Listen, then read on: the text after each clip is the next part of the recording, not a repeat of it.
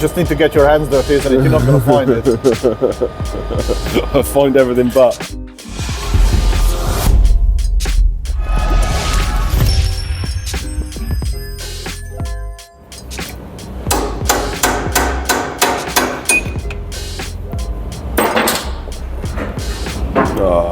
So what are we doing today, Graham?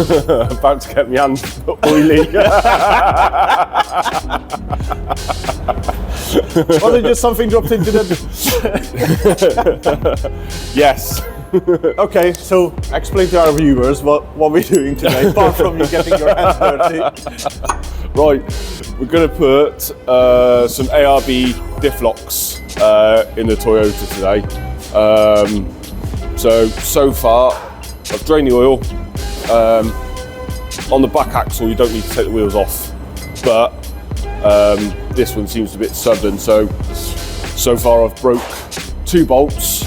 So these 2 bolts here, you wind in, and this should pull this shaft out. Okay. It didn't, so I snapped those. I drilled them out, knocked the Torx bit in to wind them out. I snapped the Torx bit. Right. So I've had to take the wheel off and then chisel behind the back, and then that will pull then this half shaft out.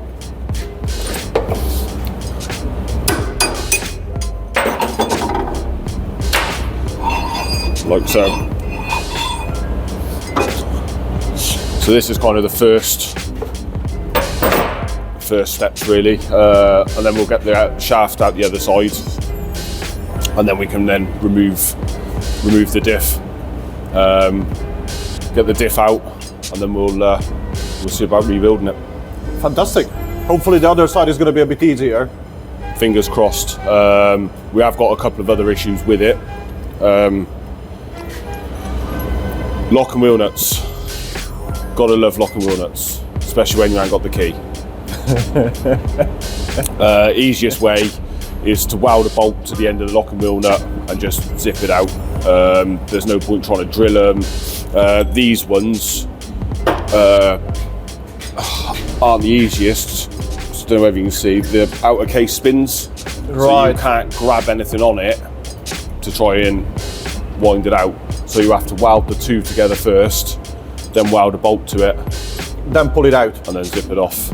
So. Well, at least you got the space to weld onto it, you know, not some some deep cavity on it. Yeah, it's quite common for us to weld bolts to the end of them, just because people, especially tyre fitters, are deadly. They get these things and they zip them up so tight, come to undo it again and it just shears them off. Why we've still got lock and wheel nut keys, I do not know. Nobody nicks wheels anymore. It's pointless. So, but that's the way it is. So yeah. Right, so first shaft is out, we're moving to the other side. Yep, so. Then the diff coming out. Yep, so now I'll stick the wheel back on this side, drop it back down. As I said, the wheel doesn't need to be off to do the backs. They've got to be off for the front, but the backs should be simple. Oh, living the dream. So this side is a bit easier? No.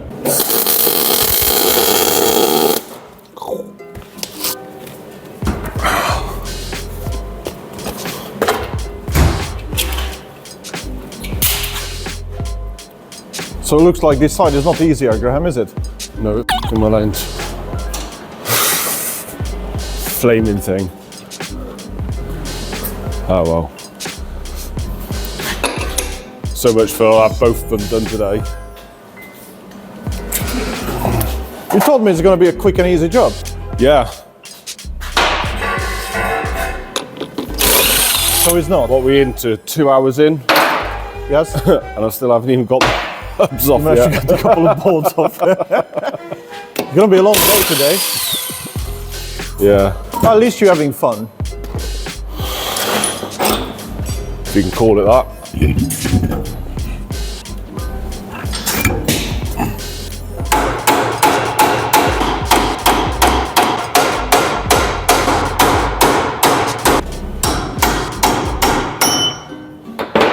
There you go, that was easy. Easy.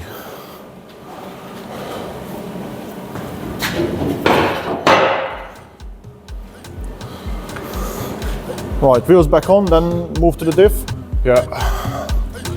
Hopefully the diff will be a bit easier to get out.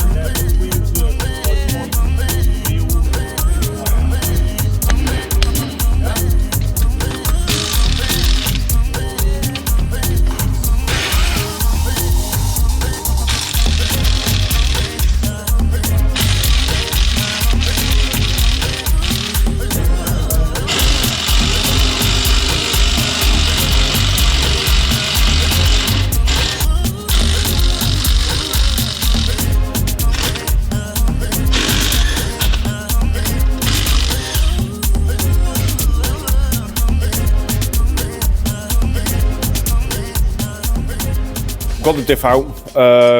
This has already got a locking diff in it, which is a standard Toyota one, which is electric operated. So you saw me take the electric solenoid off the side, and then here's the actuator arm.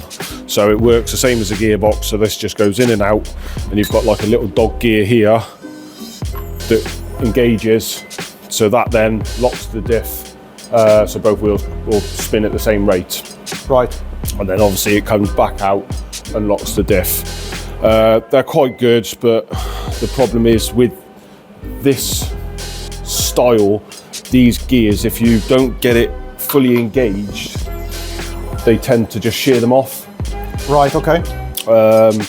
There's a little bit of wear on these, but I don't really think the car's done that much in off-road kind of abuse.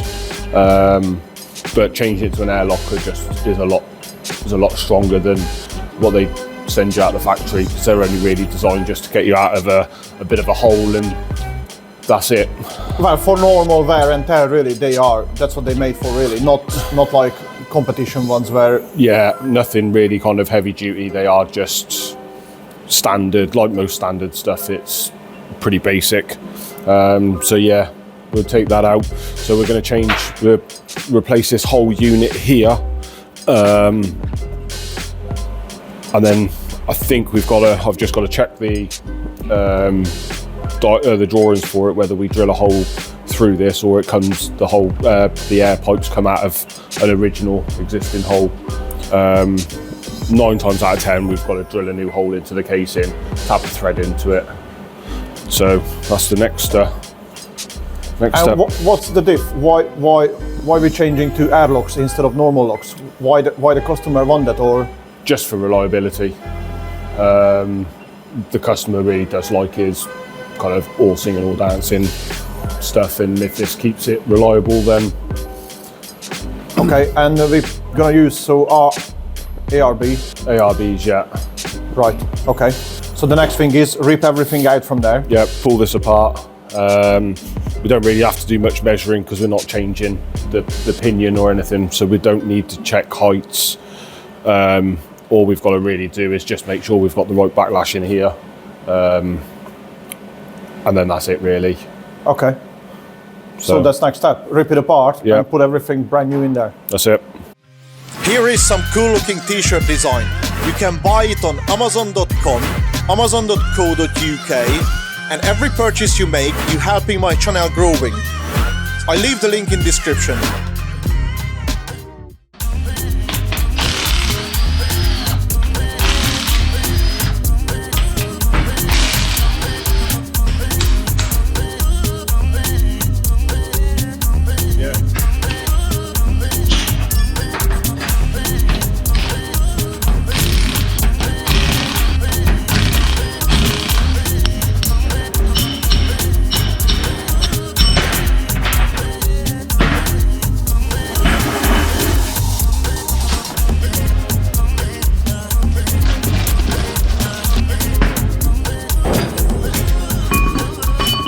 Hasn't quite gone to plan.